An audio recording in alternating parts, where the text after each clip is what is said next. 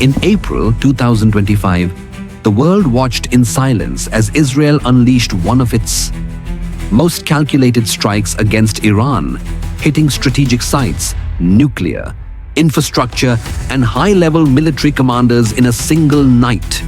What appeared to be an isolated offensive had ripple effects far beyond the Middle East. India, Israel's closest strategic partner in Asia, wasn't just watching, it was learning. Today, India is building its own version of the Israeli war doctrine. Precision strikes, no warning, total dominance, and most dangerously, decapitation tactics aimed at crippling enemy leadership. This documentary reveals how India, emboldened by Tel Aviv's aggression, is preparing to launch a new kind of war on Pakistan. One designed to be swift, targeted, and devastating. India has undergone the largest military procurement drive in its history from 2015 to 2025. Billions of dollars have flowed to Western and Israeli arms manufacturers. From Israel alone, India has acquired over 100 Heron and Searcher drones for deep surveillance, Harop loitering munitions, kamikaze drones that hunt down radar signatures and strike with surgical precision, Barak 8 long-range air defense systems, co-developed with Israel's IAI, deployed across India's naval and land platforms, Spike anti-tank missiles, already tested along the line of control, Falcon AWACS, airborne radar platforms that track Pakistani aircraft before they're even airborne. And the collaboration goes deeper. In 2025, India's Paras Defense signed a deal with Israel's Heaven Drones to manufacture hydrogen-powered surveillance UAVs on Indian soil, fueling an indigenous drone army modeled on Israeli tactics. India's defense expansion isn't limited to Israel. It's a global operation. France delivered 36 Rafale jets in a $9 billion deal, each armed with Meteor air-to-air and Scalp cruise missiles capable of 300 to 600 kilometer strikes. In 2025, India added 26 Rafale M naval variants worth $7 billion, expanding reach into Pakistan's maritime zones. Russia provided the S-400 Triumph, 5 regiments, 400-kilometer range, tracking 160 aerial targets simultaneously. These batteries are active near the Pakistan border. The US greenlit a $3.8 billion deal for 31 MQ-9B Reaper drones, armed, long-endurance, and precision-guided. These aren't defensive systems. They are the tools of rapid strike warfare. India's war doctrine has undergone a dramatic shift. No longer does New Delhi talk about strategic patience. Now it talks about preemptive strikes, swift retribution, and overwhelming force, mirroring Israel's infamous Osirak model. When Israel fears an existential threat, it strikes first, be it Iraq's nuclear plant in 1981 or Iran in 2025. India now sees its strategic threats, real or fabricated, as justification for similar action. What's most alarming is India's quiet adoption of Israel's decapitation strategy.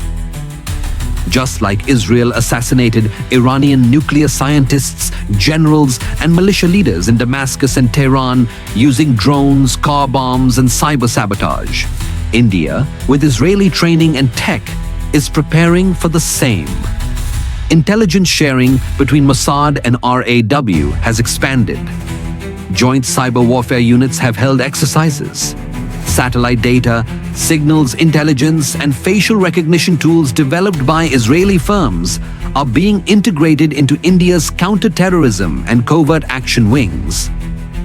The target, not just terror camps, but individuals, political leaders, military commanders, nuclear scientists, media influencers, cyber operatives.